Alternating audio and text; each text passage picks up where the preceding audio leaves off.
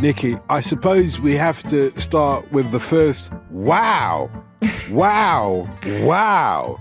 And that being the semi-final between Inter and Barcelona. Yeah, that occupies all three wows, doesn't it? Let's be clear about that. Yeah. There'll be one more wow that we'll show in a moment or two, but should we start with that one?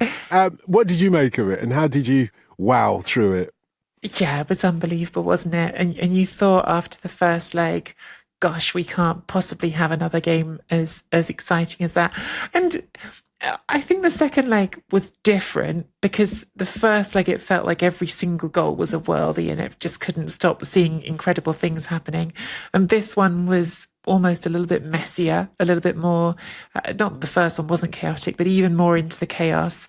But things just kept happening. It was 180 minutes and an extra 30 minutes of just things happening that weren't always supposed to be happening. I mean, Martinez, I'm still, even now, even after he scored and won a penalty, I'm not totally convinced he was over that hamstring injury and was fully fit. He just was able to score and win a penalty anyway. And as I was saying on Match of the Day last night, it feels like even that became a total footnote because of everything that happened afterwards. You had another 2-goal comeback from this Barcelona team. You had them leading for the first time in the entire tie, and Inter looking like, gosh, after everything, after how often we've talked about this team running out of steam in April and the losses and how everything is just slipping away from them. Is this finally it in the Champions League as well? And then you've got 37-year-old centre-back scoring with his wrong foot into the top corner in the 92nd minute. Then you've got Fratesi, who has been in that April collapse when he started against Roma, was kind of the number one villain almost. It felt like, oh, this guy who we spent 30 million euros on who hasn't started, and then when he gets his chance to start isn't delivering, goes ahead and scores the winner and celebrates so hard. He said he almost blacked out. It was just chaos, all of it. It was just chaos, but it was the sort of chaos that makes you think, this is why I love this in the first place. This is why we all get spellbound with football and want to watch it and want to, in our cases, give up huge amounts of our lives watching it and travelling to watch it and talk about it. I think that's it. Every football match you go to, you know there's the possibility of something like that happening. Yeah. It probably won't. In fact, it almost certainly won't. And this time, for the people who went to the game and the people who turned on their television, it did. And I think what made this tie so satisfying, and I don't think it's too soon to talk about, is this maybe the best Champions League semi-final in living memory. Because we think of all the other great Champions League ties and knockout ties in particular, and the ones that you can all think of that were comparable, they didn't have the same tempo as this all the way through. So it's happening from the moment that Marcus Thuram scores in Montjuic in the first game, and it doesn't stop until the very last minute of extra time. So if there's a sensible bit, maybe it's the first half of the second leg at San Siro, where Inter, it's been sort of almost retrospectively rewritten as if they played this tactical masterclass because they weren't hanging on by their fingernails. They gave the ball away in their own half just as much in the first half as they did in the second half. The difference was that Barcelona were energised to a different level in that second half, and they were able to take advantage of that. But I think when we look at other Champions League knockout ties that have really done it for us, and you look at the remontada, you look at the Romontada the year afterwards, and those can't match this, even though those had incredible endings. The end kind of justifies the means. Like, let's look at the Romontada, for example, where Roma were 4-1 down from the first leg against Barcelona, and then they come back and Rome has risen from its ruins when Manolas scores. It's best ever Peter Drury line. I still love that. And the fact is, you look at the first leg on its own, it's just a routine 4-1 win for Barcelona. And you think that Roma's goal doesn't matter then. Of course, it turns out it does, because away goals, etc., etc., etc. But you feel the significance of every moment in Inter Barcelona, because every moment feels like it could be a game-changing moment. And I'm not just talking about the goals. You're talking about Sommer's save from Eric Garcia. You're talking about Sommer's save at the end from Lamine Yamal, which is unbelievable, by the way. One of the best saves you'll see. I know we're having a Donnarumma week, and that's fair enough. But Jan Sommer was excellent in these two games as well. He conceded 6 goals, and he still was excellent. That's that's the level we're at with how crazy this tie was. A goalkeeper who let in 6 goals was magnificent. Yeah, that's exactly it. And Inter's way of riding moments of momentum in this tie, just like they did against Bayern Munich in the last round. I don't think they've been the best team in this tie. I didn't think they were the best team against Bayern Munich in the quarterfinals either. But they've found a way to do it. And I think you can't just put it down to luck. And we've seen this week with PSG as well in the second leg against Arsenal. It's been very aesthetically pleasing football that has not necessarily been won by the dominant side, the 2 legs this week. So they've shown, if you wanted to show your cup-winning stees how to stick in there when it's really difficult, both Inter and PSG have done that ahead of the final in a way that a lot of people wouldn't have thought possible, and for different reasons. And they've reminded us that a tie is 2 legs in the Champions League knockout stages. It's 2 legs. And you were quite right, Nicky, when you said this is 180 minutes plus of football. But you said chaos. These 2 teams have been there before. Take your minds back 15 years now to 2010. They were in the semi-finals then as well, Barcelona versus Inter. How different was the chaos this time than what manifested itself 15 years ago? Yeah, I think that's a great question and a great comparison to draw, isn't it? Because actually, I think that 2-legged semi-final between Barcelona and Inter in 2010 was, for me, still one of the most memorable semi-finals that I've ever watched. And I think it's really interesting when we talk about the best, the greatest ever, when it comes to matchups.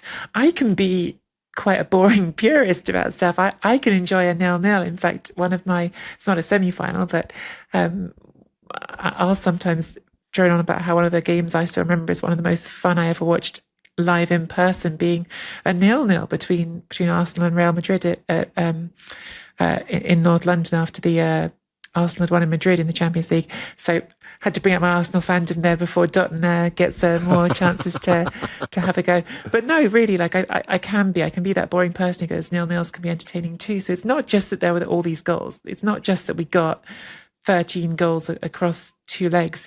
It is about the drama. And I think that 2010 game was a very specific kind of drama.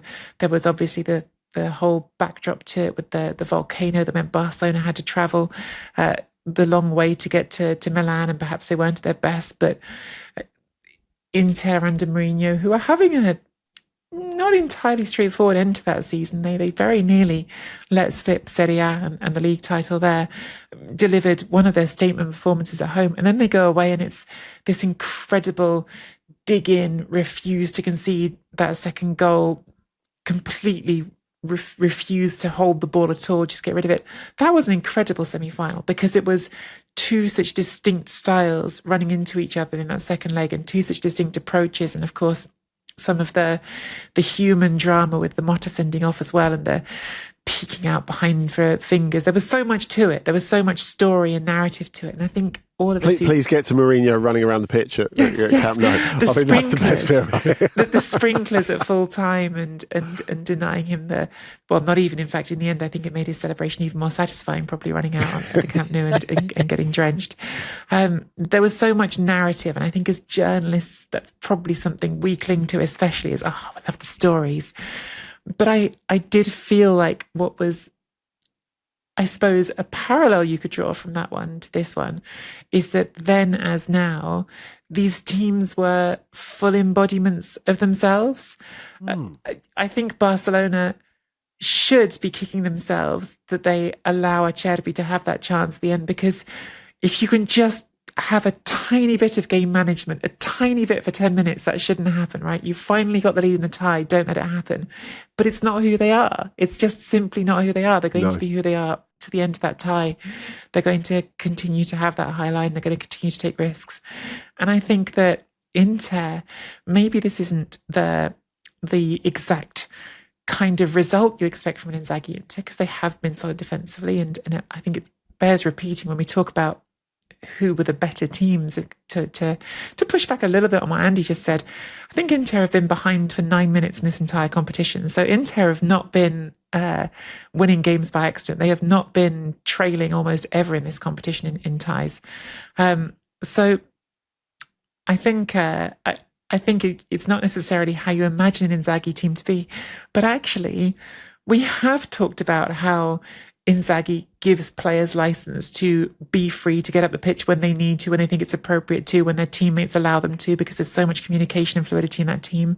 So the fact that a centre-back ends up scoring a crucial goal, that's not out of character for an Inzaghi team. It's also not out of character for them to have this character, to have the character of a side that has learned to roll with punches, that went to a Champions League final 2 years ago and has taken a certain maturity from that, and the ability to keep saying, yeah, okay, we can take a punch too sometimes, and we're going to keep coming at you. So I think both teams were deeply themselves in this tie, and I think that was part of what made it so magical as well. Do you know what? That's such a Shakespearean route to take it down. You know, both teams were the full embodiment of themselves. It almost feels like Macbeth. Whatever you do, the stars have already decided what you're going to end up doing. And as much as Inzaghi allows his team to play and be free, he allows them the freedom. We know Inzaghi, he doesn't allow them the chaos. And I wonder, and I saw Hansi Flick as well speaking after the match. He looked quite sort of shell-shocked as well. What would have been two teams who are very, very meticulously managed, coached, end up being themselves despite themselves, if you see what I mean? Yeah, I do see what you mean. And I think with Barcelona, their inability to get out of their own way at times, like Nicky said, is... I think the best expression of why they can't stop being themselves. You know, I think a lot of people will look at that and think, why couldn't they have closed out that game a little bit more sensibly? But part of that's being Lamine Yamal. It's like, well, why would I dribble it in the corner? I can score here. No, he nearly did, of course, at which point it's a completely different conversation. Now, Hansi Flick might be really annoyed with him. I doubt he is. I doubt he is, to be honest, because, look, I think so much of their success is by taking risks. And you look at, say, for example, this is quite a boring number point to start a discussion. You look at the amount of times that Barcelona have caught teams offside this season. They have caught teams offside in the Champions League, just in the Champions League, 3 times more than anyone else. So the high line... It might be risky, but it does work. It's very well drilled. There's no doubt about that. You look at the fact they catch teams offside 10 times a game on average in La Liga. So it's not like they're doing it on a wing and a prayer. They're just saying, right, lads, let's be aggressive and put a hand in the air and hope the assistant ref agrees with us. It's not like that at all. So I think... You can't expect them to completely change philosophy for the last 5 minutes of a game. But when we're talking about that ability to adapt and leaning into what Nicky was saying before, I think that sort of trust that Inzaghi has in his players, it comes when you've got really experienced players. And that's what Inter had under Conte, and that's what they have now. Now, obviously, part of that is you get to a point where Çalhanoğlu and Mkhitaryan, when they get taken off with 20 minutes left, look like they need a week in an oxygen tent. But on the other hand, you have to say you use the subs really well, and that level of trust in the players has enabled them to operate in both of these games in a situation where they're really out of their comfort zone. If you'd have asked, how do you want the game to unfold? No one on the Inter side is voting for this. Like, none of them. But they just deal with it as it is. And that is experience and that is quality. It was a week of course, two semi-finals. The PSG versus Arsenal semi-final came the day after. And I wonder, Nicky, if there is a sense that, you're the, what is it? Not the, the second film that you used to see in the cinemas when you saw two films, or the, the what do they call it in the old days? Do you remember? You went and saw a film before the main film. The short, before the it wasn't a short. thing. Sometimes it was a full film. In my generation, in any case, you got two films. I'm getting ripped off. No wonder I never go anymore. Well, yeah, that's right. But anyway, it was the other match, the other semi-final after that amazing semi-final. Yeah. So did that have an impact, do you think, on the duel in Paris? No, I think football clubs aren't. While I'm certain lots of players watched the first semi-final, they're not wrapped up in what other clubs are doing. They're worried about what they're doing on their own terms, and I think that Paris Saint-Germain absolutely have deserved to reach a final as much as Inter have. I think Paris Saint-Germain have been have been absolutely the better side in every tie they've played in the knockout stages. Some of them have been close. This was less close than the Liverpool one, for instance. And I think they've been consistently where they need to be. It was definitely a different dynamic, this one. Unlike the Inter Barcelona game where you talk about the two legs having quite a similar dynamic, this was obviously quite a different dynamic. Arsenal did push them back a bit at the beginning, and we needed to see Gianluigi Donnarumma at his best, and it's really exciting to see him when he is at his best, because some of the saves he made in that game were genuinely astonishing.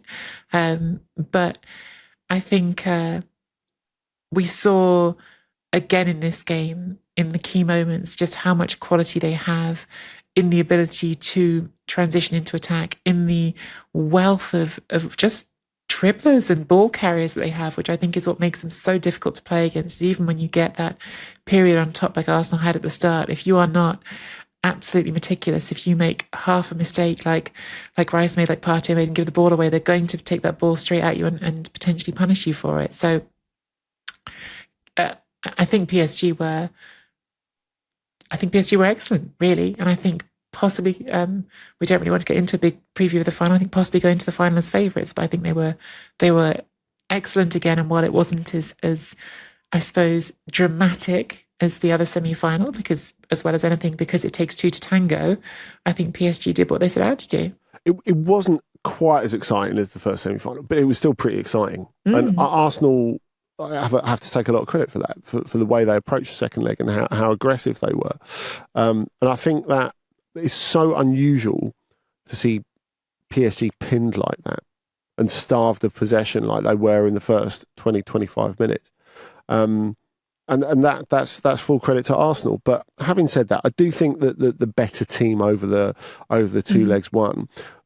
Like with Inter, I think PSG coming out of their comfort zone to get through the difficult bits. I know it's something that Luis Enrique will feel a great deal of satisfaction with, a little bit like the Aston Villa away leg. That sense of suffering, as they say in Spain and France, to get the win. I think that will mean a lot to him, because they've gone on this like accelerated learning plan through this Champions League campaign. Like, let's not forget, after 5 games of the group stage, PSG looked like they were going out. They scored 3 goals in those first 5 games, and one of those was Paulo Gazzaniga basically chucking it in. So it's extraordinary how they've hit upon this formula in about December of playing without a proper structure. Well, in the 6th game, really, at Salzburg away, when they brought it on Desiree Doué, and it just opens a whole load of different horizons for them. But there is a sense as well that they're learning on the job. I know a lot of people will feel that PSG are favourites going into the final, but they are still a work in progress, an expensively assembled work in progress, but nevertheless a work in progress. And I think if you look at them, and again, we don't want to preview the final just yet, but I think it's quite interesting. It always felt that Declan Rice might be the key to this if you could get him further up the pitch, and he could have been, because he could have scored early on. It's Davide Fratesi like rubbing his hands, thinking, "Look at the sort of players that score against PSG. Those are me sort of players." whether those Douglas Augusto at Nantes, whether it's Morgan Sanson at Nice, whether it's Yuri Tielemans, John McGinn, Declan Rice getting in the spot. I think you fancy that a bit if you're Fratesi. But as well, I think we have to say the way that PSG have evolved to make themselves able to cope with the bits where they can't be themselves and they can't manage the match necessarily on their terms, a little bit like Inter, I think is really impressive. And I think you look at the development of some of those players. So, okay, we've talked about how they might not have this natural holder, which maybe makes it a potential bonus for an attacking midfielder on the other team. But they have adapted to get past a lot of the things that they're not good at. So I think we look at that front three and think how super sexy and exciting they are. The thing that's interesting to me is the fact that Achraf Hakimi, when he pops up and scores that second goal, you're like, oh, hello. Yes. Because normally, he sort of made his name as one of the best right wing backs in the world. And after his 2-year loan at Dortmund, Zidane says, no, I won't be having you back at Real Madrid. Thank you very much, because you can't defend in a back four. And so he goes off to Inter and then to PSG. And you look at him now, he stays most of the time. So Mensch on the other side can go. And the way they've adapted like that, those two fullbacks should never work in a back four, but they've worked out how to work out in a back four. They only concede one goal over those two. Of course, Donnarumma has a great game, all the rest of it. But defensively, they're more competent, despite not being... I don't think they're at the absolute apex yet of what Luis Enrique would want. But the way they've learned to hit his demands in the space of this season is so impressive. In a way, it's quite frustrating. When I look at Hakimi, I think, make 10 sprints forward a game. That's why I want to watch you. But that he doesn't is definitely best for the team. There were so many standout performances from PSG. Kvaratskhelia, I think, he did the kind of Declan Rice job, a little bit more front foot ahead of Declan Rice, but he seemed to have an engine that kept on going and going and going and going. Has there ever been, I mean, I'm sure there must have been, but there've really kind of been many better mid-season signings. I'm struggling to think of anyone in January who's signed and is fit as well as he has. To adapt that quickly. Team. That was exactly the point I was trying to make. It's amazing. But a flair player who is always claimed that, he's a throwback, he's predictable, he's unpredictable, what he does is something you can't coach. But everything he does defensively is unbelievable. But that is what makes this team so good. And that's what makes him the perfect signing. Because I think quite a lot of other people look at PSG signing him in January and like, well, you've got Barcola in that spot. Why would you sign him? And Luis Enrique goes, well, it's all about fluidity. And look, he can play centre forward, he can play right, he can play left. And most importantly is what he can do without the ball. You look at it like when Calafiori came on, and he's getting into it with Calafiori. And if you're Calafiori, you're this, 6'4" Roman god. Yes. And you're thinking, also, I'm fresh because I've just come on. You think, who's this little pest? No. He's not little though, Andy. That's the thing. Everyone thinks he's little. He's not. He's not. This, yes. I wonder though, and you had a good look at Kvaratskhelia when he was at Napoli, and we know the last season didn't end up well. He wanted away, etc. He wants to go to PSG, etc. Is he then the missing ingredient for PSG to be regarded as the real deal? Was he the ingredient that PSG were waiting for? I think it's very possible they don't win the Champions League without him, and I think now it's possible they will. So I think it's possible. Of course, they haven't won it yet, so there's a very difficult game to go. But I think that it's very possible they wouldn't be heading to the final now without him. He has been instrumental. I think Andy's point about his defensive work is really well made. It's like the only thing more frustrating for a defender than protecting the ball from Kvaratskhelia is how bloody hard it's going to be to get the ball off him if you let him have it back. So you've got it both ways with Kvaratskhelia. You can't let him have it, but also if you've got it, you don't want him up in your business either. And yeah, I mean, I was just thinking, I know Andy knows, but still think not everyone, it feels like, does. He's smaller than Calafiori, because Calafiori is probably 6'2", but he's 6 foot, Kvaratskhelia. He's not some dainty little nothing. He's going to get in there and he's going to fight you for things. He's a really, really impressive player. And I think what's fun actually is that he wasn't really working in Conte's Napoli. Conte was still sad to lose him. Conte was still getting some value for him. But I think his dribbling percentage, successful dribbles, was something like 28% at Napoli, and now it's back near 55%. So it's a big difference. He's definitely somewhere where he can show his best, and a team that I think has understood how to get the most out of him. Right away, he was talking about with Luis Enrique, his favourite thing, Kvaratskhelia, he said, was it's the way he listens, it's his humanity, the fact he actually treats you like a person. And I don't know if that was a veiled dig at Conte and his tendency to make players into machines, but it does just feel like the dynamic between them has been really, really positive from the start.